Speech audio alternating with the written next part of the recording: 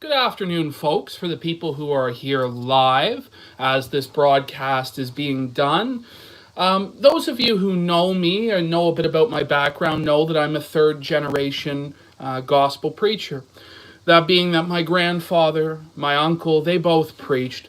I have as well from the time that I was 15 years old. I was teaching adult Bible studies.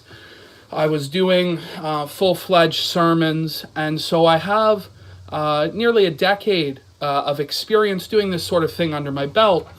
And so, for a person with the background that I have, it oftentimes, when you're dealing with anything in life, you call back to that traditional background, the traditional teachings that you grew up with, that were important to me and my family and that constitute who I am. And as I looked into Dick Masterson more and more and into his life and into the person that he is, I began to hearken back to the book of Ecclesiastes. And if you would get your Bibles with me and turn to the book of Ecclesiastes, because we're going to be doing a study in the book of Ecclesiastes. Now, the book of Ecclesiastes concerns one key central theme. That theme being vanity. And what is vanity? A lot of people have what they think their definition of vanity would be. But what vanity truly is trying to have a fulfilling life without the presence of God, without the presence of righteousness, without the presence of truth. And when you try and live your life in that manner, it is pure vanity. And the book of Ecclesiastes deals with this, and it's written by Solomon, who was king of Israel, during its wealthiest period as an empire, during its great peak. He had great wealth beyond any other king. He had wisdom beyond any other king. He had 700 wives and 300 concubines. He was king and conqueror of it all, the world at his feet. And yet, Solomon in this letter declares that life without God is vanity, that those things are vanity, that they're vain, that they come and they go, these pleasures of the world. And so I'd like to begin picking up here in chapter 1 of the book of Ecclesiastes, and please mark with me the words of the preacher, the son of David, king in Jerusalem. Vanity of vanities, all is vanity. What profit has a man from all his labor in which he toils under the sun?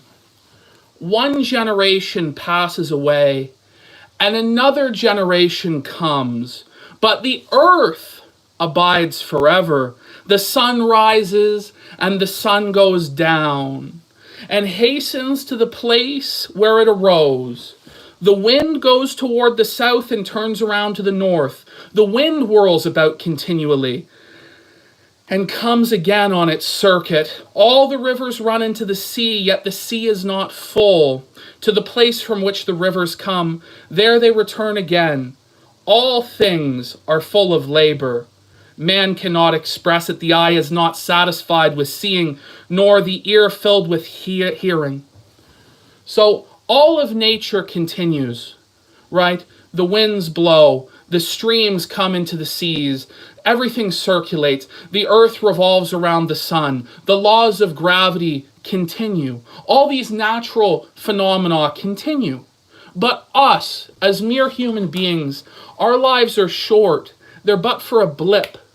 For 60, 70 years, maybe 80 years by means of strength. They say 70, and if by means of strength 80 will be the years of your life upon this earth. We are just a minute blip upon eternity. These functions have existed in nature long before we've been here, and they will exist long after we are gone. We are nothing It all amounts to vanity. All of our accomplishments, no matter how great, all of the wealth that we try and build up for ourselves on this earth, all of the women that you love, all of the children that you even have, everything comes to an end. That's the truth. And that's why living a life without God is vanity. And that's why Dick Masterson's life is vain. It's pure vanity. He believes and he says that he is the big leagues, that he's a big timer, that he's a big shot, that he's made it, that he's rich and he's famous. But he'll die just like everybody else will die. Ashes to ashes and dust to dust. And he believes that he'll cease to exist. But I know, and you out there who are wise know, that he will encounter a judgment, an account for the way that he's lived his life. And that vanity that he has surrounded himself with, that he loves and tries to pretend is righteous, he'll pay the full toll for that in eternity. But that's okay. Dick will say that the Bible is gay, that people who believe in religious tradition are gay, that they're losers and that they're pathetic and that they're cucks. But I say to Dick, in a world of fools, 'tis folly to be wise. You and all the others in the world are fools. You're fools, and you think that you're wise. You all hang around each other, and you pretend as though you know. The fool says in his heart there is no God. Those who say there is a God, they're wise, and because you're fools, 'tis folly to be wise. It's very, very sad. But this is the condition of people who live their lives in vanity like this. They don't think about the scheme, the grander spectrum of the cosmos, God's ultimate plan for humanity, what humanity's destiny truly is, what its purpose is. What he's concerned about is pussy and women and bitches and money and fame. That's all he thinks about. And it's sad. All things are full of labor. Man cannot express it. The eye is not satisfied with seeing, nor the ear with hearing. That which has been is what will be. That which is done is what will be done. And there is nothing new under the sun. In verse 11. In verse 9. In verse 10, is there anything of which it may be said, see, this is new? It has already been in ancient times before us. There is no remembrance of former things, nor will there be any remembrance of things that are to come by those who will come after. There is nothing new under the sun. It has all existed before. There have been a million confidence men and tricksters and charlatans and liars and scammers and fraudsters who have been 1,000 times more successful than you, Dick, who have been 1,000 times better than you, and still are not remembered by history, and are forgotten by the sands of time, and are forgotten by everybody, and their legacy never amounted to anything. But yet you believe that you're the big shot. You're in the big leagues. But buddy, there is nothing new under the sun. There is nothing special about you. Nothing whatsoever. You had an appearance on television. You make $30,000 a month. Congratulations. King Solomon had millions of talents of gold and silver upon his palace. But even that was emptiness. Even that was vanity. Even that was fraudulent. But yet you pretend you're in the big leagues, that you're above it all. You're nothing. There is nothing new under the sun. And what you are is what everybody knows you to be. It's a charlatan, a con man, the oldest trick in the book, the confidence trickster. That's who you are. That's all you'll ever be, unless you turn your life to a spiritual purpose. Unless you build a family and you rebuild your spirit. But you won't do it because you worship vanity and the things of men and the things of this world and believe you will find your contentedness in it. But you never will, because no one ever has. And you're nothing special, and there's nothing new about you or what you have to say or what you bring to this world. And it will all disappear into nothingness. Just as what I do will disappear into nothingness. But what remains is the eternal soul. What remains is your legacy, what you've accomplished. The preacher, this is picking up in verse 12 of the first chapter of Ecclesiastes. For those of you who are tuning in now, and we have 162 live viewers now, which is tremendous to see for biblical content. You don't usually see that. And it's good to see that people are tuning in to hear the truth. More and more are tuning in. So please, turn with me to Ecclesiastes chapter 1 and verse 12. And here I, the preacher, this is Solomon speaking, was king over Israel in Jerusalem. And I set my heart to seek and search out by wisdom concerning all that is done under heaven. This burdensome task God has given to the sons of man by which they may be exercised. I have seen all the works that are done under the sun, and indeed all is vanity, and grasping for the wind. What is crooked cannot be made straight, and what is lacking cannot be numbered. All is vanity, all is grasping for the wind. All of this work and labor and toil that human beings put in amounts to nothing in the end. Even the naturalist, even the humanist, the secular humanist must admit that this earth one day will be consumed by the sun. And all of it, all of the works, all of the wonders of all of your life, of you, your children, everybody, it will all go away. The earth will be burned up. It will be consumed. And eventually even the universe, we know, will have an end time. This is what science tells us, not just the Bible. And the truth of science properly applied is that it reveals the truth of the Bible. And we know there will be an end time for this earth and for this universe, and it will all come to nothing. It will all come to vanity. And if you think by your strength or by your greatness you will live forever, you are just as big a fool as all those who've come before you that thought they would live forever. There are many who've said that, but none can say that they ever accomplished it. Solomon said, I communed with my heart, saying, look, I have attained greatness and have gained more wisdom than all who were before me in Jerusalem. My heart has understood great wisdom and knowledge, and I set my heart to know wisdom and to know madness and folly. I perceive that this also is grasping for the wind. For in much wisdom is much grief, and he who increases knowledge increases sorrow. Think about that.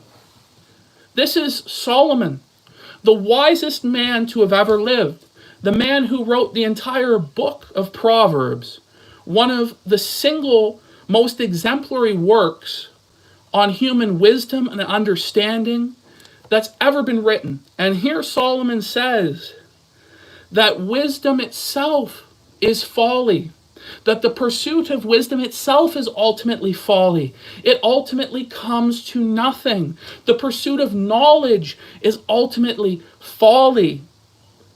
And so these folks on their programs, Dick Masterson, his crowd, Ethan Ralph, they don't pursue knowledge and wisdom on their programs. But even if they said that they did, and that they were journalists seeking out enlightened truth and wisdom and trying to bring it to you, that also is vanity. That is all for naught. This is all for naught without a spiritual moral center, without God in your life. This amounts to nothing, the pursuit of knowledge, the pursuit of wisdom. And for those of you in this chat, because I know a lot of my audience are people who do aspire to have knowledge and do aspire to have wisdom, you ought to be very careful about that. Because for in much wisdom is much grief, and those who increase knowledge increase sorrow. It's very much often said that the smartest amongst us are the most miserable, because they know too much. They know too much. And this isn't the case with Dick Masterson. This isn't the case with Ethan Ralph. These people are know-nothings with no wisdom, who live their lives in a vainglorious way. But for those of you in the audience who put truth and wisdom and knowledge as the highest priority in your life, you're fooling yourself if you think that will make you happy. It will never make you happy. It will only make you more and more miserable the more knowledge that you have. Because this earth is a wicked, awful, vile, cruel place. It is not a place of happiness. It is not a place of sunshines and rainbows and unicorns prancing in prairies. That's not what this earth is about. It's a corrupted, vile, sinful world. And you having any knowledge of it will only make you more of a miserable person over time. So do not seek your purpose in that. Seek your purpose in God and your family, and in raising your children right and in proper instruction and proof of the Lord. But unfortunately for Mr. Masterson, he will just say that that's gay. That's always what it is. That's gay. You know, that you're pathetic. You're a cuck. You're a simp. You're a beta. You worship a Jewish zombie on a stick. I've heard it all before. From all the scoffers and all the fools and all the 16-year-old fedora wearers who think that they're cool. But the reality of it is everybody knows that what Solomon is saying here in chapter 1 is true. It is straight truth. No matter if you're a secular humanist or if you believe in the gospel and you believe in Jesus Christ, all things come to an end. All things. We're come from the dust, and to the dust we will return. That is the truth. That is the truth. And Ethan Ralph is in the chat, and he can hear my words, and he still won't repent. And it's sad.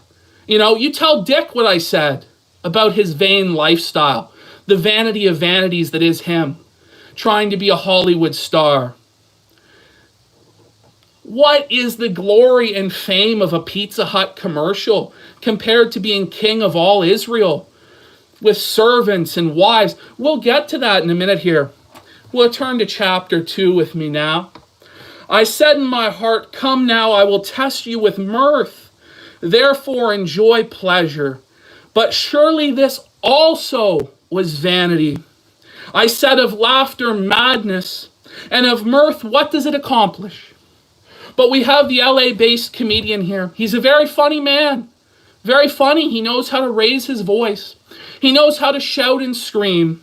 Ethan Ralph is a very funny man. He knows of mirth and of laughter, of others usually mocking him for, overdosing on pills and alcohol and making a fool of himself. But these men know mirth and they know laughter. But it will never bring you any sort of fulfillment in your life. They are madness. They accomplish nothing. But this is what they base their lives around.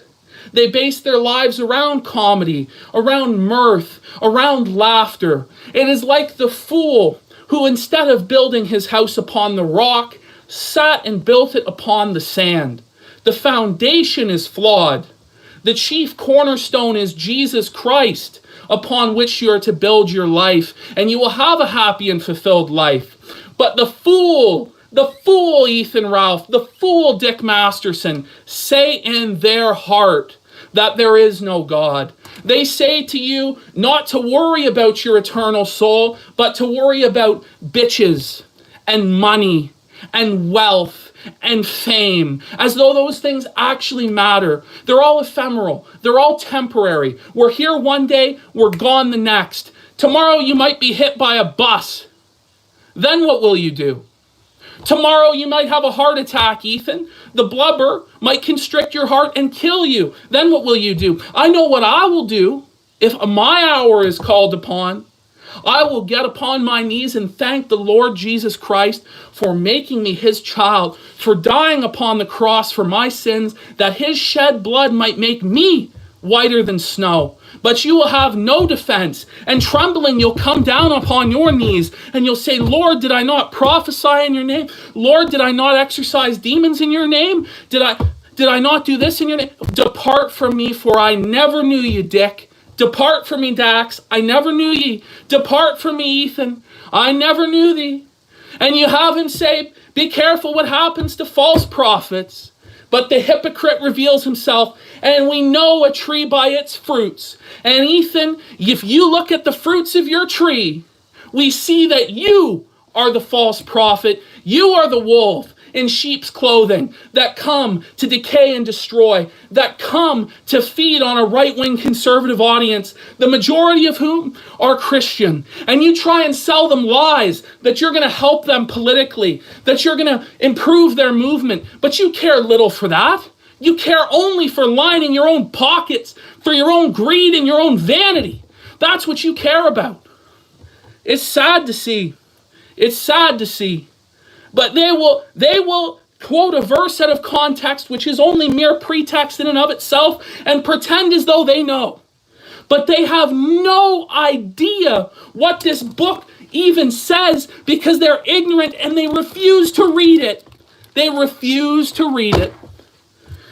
It's sad. I searched in my heart how to gratify my flesh with wine. Surely both Masterson and Ralph have been there. Dick told us on the kill stream that he was spending his Friday night getting drunk. He certainly seeks to gratify his flesh with wine, while guiding my heart with wisdom and how to lay hold on folly till I might see what was good for the sons of men to do under heaven all the days of their lives. But the answer would not be to gratify yourself with wine and with cheap hedonistic pleasures, with women and wine and song. It's never the answer. You will never be fulfilled that way. I made my works great. I built myself houses and planted myself vineyards. I made myself gardens and orchards, and I planted all kinds of fruit trees in them. I made myself water pools from which to water the growing trees of the grove. I acquired male and female servants and had servants born in my house. Yes, I had greater possessions of herds and flocks than all who were in Jerusalem before me. I also gathered for myself silver and gold and the special treasures of kings and of the provinces. I acquired male and female singers, the delights of the sons of men, and musical instruments of all kinds.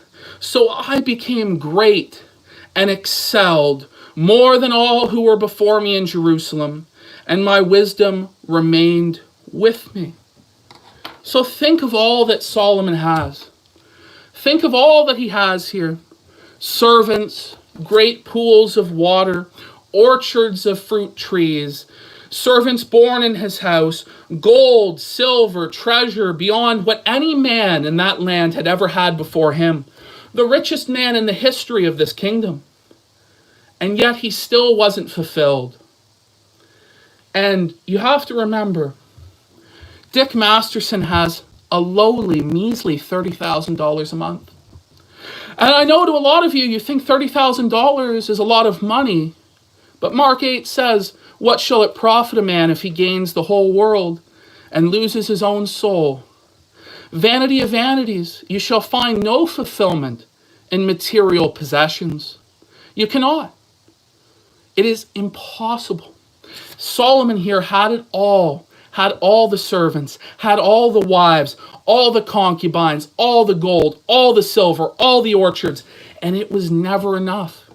It was never enough. And Dick, you say that people are miserable most of their lives and they only have brief spikes of happiness. If only you could be a child of God and know the contentment of being comforted by Jesus Christ, of having a Savior, of having a Messiah, then you might be comforted and be happy all the days of your life.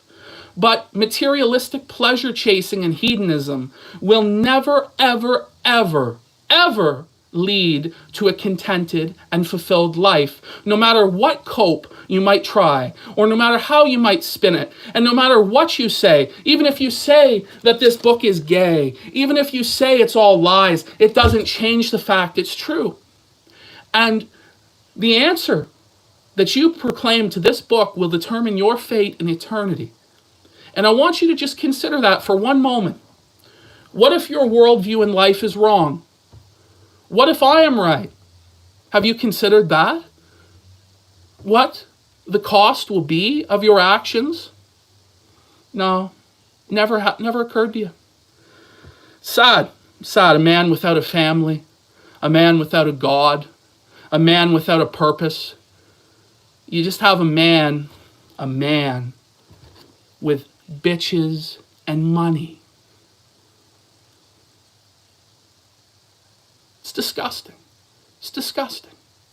But this is the role model that we're to look up to. This is the father figure that all these Esalevs look up to, because now the defense is he's our father figure.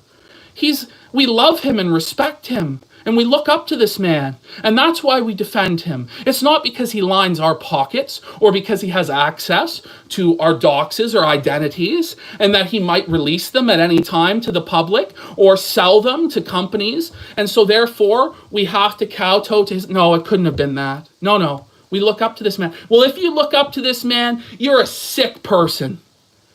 You're lost. And you need to come to the light. You need to be found. If you're in darkness, if you're blind, God does not hope that any men would perish, but that all would come to repentance. It's not my will that you go to hell. It's not my desire. It's not God's desire. It's not Jesus' desire. It's your desire. It's you that are separating yourself from Jesus Christ. There's neither height nor depth nor powers nor principalities nor angels nor things to come that are able to separate you from God. But what does separate you from God is your vanity and your sin. And that's what you've chosen for yourselves. That's what you've chosen for yourselves. And a lonely, sad road it is. Going down the wayward path, a lonely, sad road. Whatever Solomon's eyes desired, he says, I did not keep from them. I did not withhold my heart from any pleasure, for my heart rejoiced in all my labor, and this was my reward from all my labor. Then I looked on all the works that my hands had done, and on the labor in which I had toiled. And indeed, all was vanity and grasping for the wind. There was no profit under the sun. But you think, how could that be? More gold and silver than any man in the kingdom had ever had. 700 concubines, 300 wives, orchards of trees, thousands of servants, male and female. All his whims attended to, king over all that he surveyed, and yet there was no profit. There was no profit in that. And people look at Dick Masterson's $30,000 a month, and they look at his Pizza Hut commercial, the heights of it, and they say, wow, what profit. But there is no profit in it. There is none but depravity and disgrace. That is the truth about this. Then I turned myself to consider wisdom and madness and folly. For what can the man do who succeeds the king? Only what he has already done. But Dick has no children. Dick has no children. Ethan Ralph has no children. Gator has no children. None of them do. There is no successor. And even if there is, it still amounts to nothing in the end. It's all vanity. But they have no family. They have no lineage. But this is from the family values crowd. This is from the crowd who take money from the believers, who tell them, oh yes, I'm going to help the Christian cause. Don't worry there, folks. Just give me money. Just give me money. Just give me money. Yeah. Hopefully the days of that are soon coming to an end. But at the end of it doesn't matter because it profits you nothing. You think that money is all that matters. You think that fame is all that matters. Women are all that matters. Wine, women, and song. But it's all a joke. It's all fraudulent. And you will be brought to your knees in fear by the righteous and vengeful judgment of the Lord. And you can try, Ralph, you can try to quote verses out of context, and you can try to call me a hypocrite and a false prophet and a wolf among sheep, but every word that comes out of Ethan Ralph's mouth always comes back to him because it's always projection. And every word from Dick Masterson's mouth, the same thing. The same thing. All his insults are vanity. You're not famous. You don't look good. You don't get drugs. You're not in Hollywood. You're not connected. The insults are never, you don't have a family. You're not obeying God. You're out of step. Those are never the insults. All they ever are worldly and vain insults, because that's all that matters to these men. That's all that matters. It's sad. It's sad. I am who I say I am. But these men, their persona, that is who they pretend to me, is so different from their anima of who they actually are that it sickens one to the soul. The cancerous rot of it, the stench of it, is offensive not only to my nostrils and to the nostrils of the viewers, but to the nostrils of God himself. It's an unholy and unclean, abominable scent. The scent of sin that wafts up from these men. Yeah. Then I saw that wisdom exceeds folly as light excels darkness. The wise man's eyes are in his head, but the fool walks in darkness. Yet I myself perceive that the same event happens to them all. Do you see that? No matter how wise you are or how foolish you are, those ambulances that you might be able to hear out the window, they come for you. Deathbeds come for you.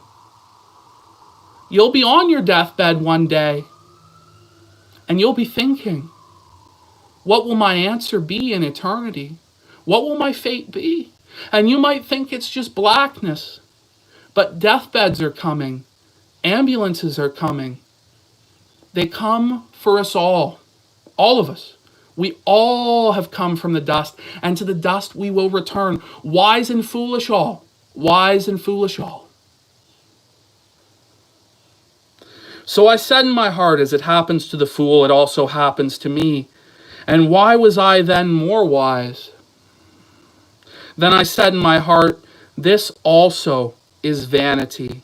For there is no more remembrance of the wise than of the fool forever. And that's the truth. No matter how wise, no matter how intelligent you think you are, men like Destiny think that they're wise. They think that they're intelligent. They think that they're knowledgeable. But they will end up in the ground 6 feet under, the same as mundane Matt, the same as Kraut, the same as Tonkasaw, the same as any other fool.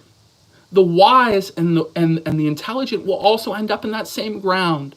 And their accomplishments upon this earth will not be remembered. What will be eternal is their relationship with God.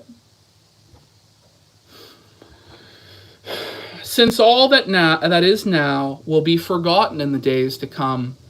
And how does a wise man die? As the fool. Therefore I hated life, because the work that was done under the sun was distressing to me. For all is vanity. All is vanity, and grasping for the wind. Then I hated all my labor in which I had toiled under the sun, because I must leave it to the man who comes after me. And we're not even at this point with these men, Ralph, Dick Masterson, who's the main subject here. But Dick Masterson has no children. He has no family. So he doesn't even get to contemplate how vain and foolish it is to think that if you leave things to your successors, that they won't take care of it. They didn't earn it themselves. So your sons, your daughters, who you give all this great worldly wealth to, very often, in one generation, a family goes from poor to wealthy, back to poor. Because those who come after did not work for it, did not earn it, and they will lose it, assuredly as quick as it was gained. But they don't even have that. They don't have a son. They don't have a legacy. And who knows whether he will be wise or a fool, yet he will rule over all my labor, in which I toiled, in which I have shown myself wise under the sun. This also is vanity. Therefore I turned my heart and despaired of all the labor in which I had toiled under the sun. For there is a man whose labor is with wisdom, knowledge, and skill, yet he must leave his heritage to a man who has not labored for it. This also is vanity and a great evil. For what has man for all of his labor and for the striving of his heart? with which he has toiled under the sun. For all his days are sorrowful, and his work burdensome. Even in the night his heart takes no rest. This also is vanity. Vanity. Nothing is better for a man than that he should eat and drink, and that his soul should enjoy good in his labor. This also I saw was from the hand of God. For who can eat or who can drink? Wow. For who can eat or who can have more enjoyment than I? For God gives wisdom and knowledge and joy to a man who is good in his sight, but to the sinner he gives the work of gathering and collecting, that he may give to him who is good before God. This also is vanity and grasping for the wind. This is the truth. This is the truth. And these men do not want to accept it. They do not want to accept that all they labor for and toil for, no matter how many viewers Ethan Ralph has on his DLive, no matter if it amounts to 700 or 1,000 or 10,000. It doesn't matter. It amounts to nothing in the end. No matter how many movie roles Dick gets, of which he's never had any. In fact, he's a wannabe Owen Benjamin. Owen Benjamin's at least had cameos in films and on TV. But yet Dick Masterson's highest accomplishment is a Dr. Phil appearance and a Pizza Hut commercial. And what price will you sell your soul for? A Pizza Hut commercial? Really? $30,000 a month seems grand, but its riches pale to the riches of eternity. The golden streets and the crystal sea of the heavenly kingdom, of which there will be no sorrow, there'll be no crying, there will be no pain. It will all have passed away, and will have transcended from a physical to a spiritual form. That is what you are trading in exchange for $30,000 a month. In exchange for cocaine, in exchange for women, strange, loose women. And we know Proverbs 5, the mouth of a loose woman is as smooth as honey, but as bitter as wormwood, sharp as a two-edged sword. You will collapse into hell as a result of it. That's the truth. But they don't want you to think about the truth. They don't want you to think about what's right. They want you to think about lining their pockets and never questioning them and never thinking about the hereafter or what is immortal or what is your legacy or what is your lineage. Because even the humanist knows that it will all amount to nothing. And that's why they're nihilists. But there is an answer. There is an eternal habitation built by the living God, the New Jerusalem, the New Zion, that they could have a home, but they choose instead to make of this world their kingdom and to build up treasure here on this earth and leave nothing for the hereafter. Remember now your Creator in the days of your youth. This is now Ecclesiastes chapter 12. We're now moving to the end of the book and towards the end of our sermon here. But I encourage you to go through and read this entire book for yourself. It is one of the most powerful texts in all of the Bible. Up there for me with only the Sermon on the Mount in terms of wisdom and beauty that you can compare it to. Remember now your Creator in the days of your youth, before the difficult days come and the years draw near, when you say, I have no pleasure in them. While the sun and the light, the moon and the stars are not darkened, and the clouds do not return after the rain. Dick and Ralph are still relatively young, but the days of their youth are quickly passing into middle age and into being elderly. And unless they remember the Creator in the days of their youth now, soon times will become tough, times will become difficult when you're frail, when you're elderly, when you're on your deathbed. There are no children to take care of you. No family members surround your bed. Only strange nurses and doctors artificially keeping you alive, trying to prolong the darkness that you think awaits you on the other side. pitiful. It's pitiful to be like that. But this is what these men have envisioned for their end game. In the days when the keepers of the house tremble, and the strong men bow down, when the grinders cease because they are few, and those that look through the windows grow dim, when the doors are shut in the streets, and the sound of grinding is low, when one rises up at the sound of a bird, and all the daughters of music are brought low, and they are afraid of height, and of the terrors in the way, when the almond tree blossoms, the grasshopper is a burden, and desire fails, for man goes to his eternal home, and the mourners go about the streets. Will there be mourners at your funeral, Dax? Will there be mourners at your funeral, Ethan? Does it even matter in the end? It's all vanity. It's all nothingness. It all goes away. Man goes to his eternal home. The mourners go about the streets. Remember your Creator before the silver cord is loosed, or the golden bowl is broken, or the pitcher shattered at the fountain, or the wheel broken at the well. Then the dust will return to the earth as it was, and the spirit will return to God who gave it. Vanity of vanities, says the preacher. All is vanity.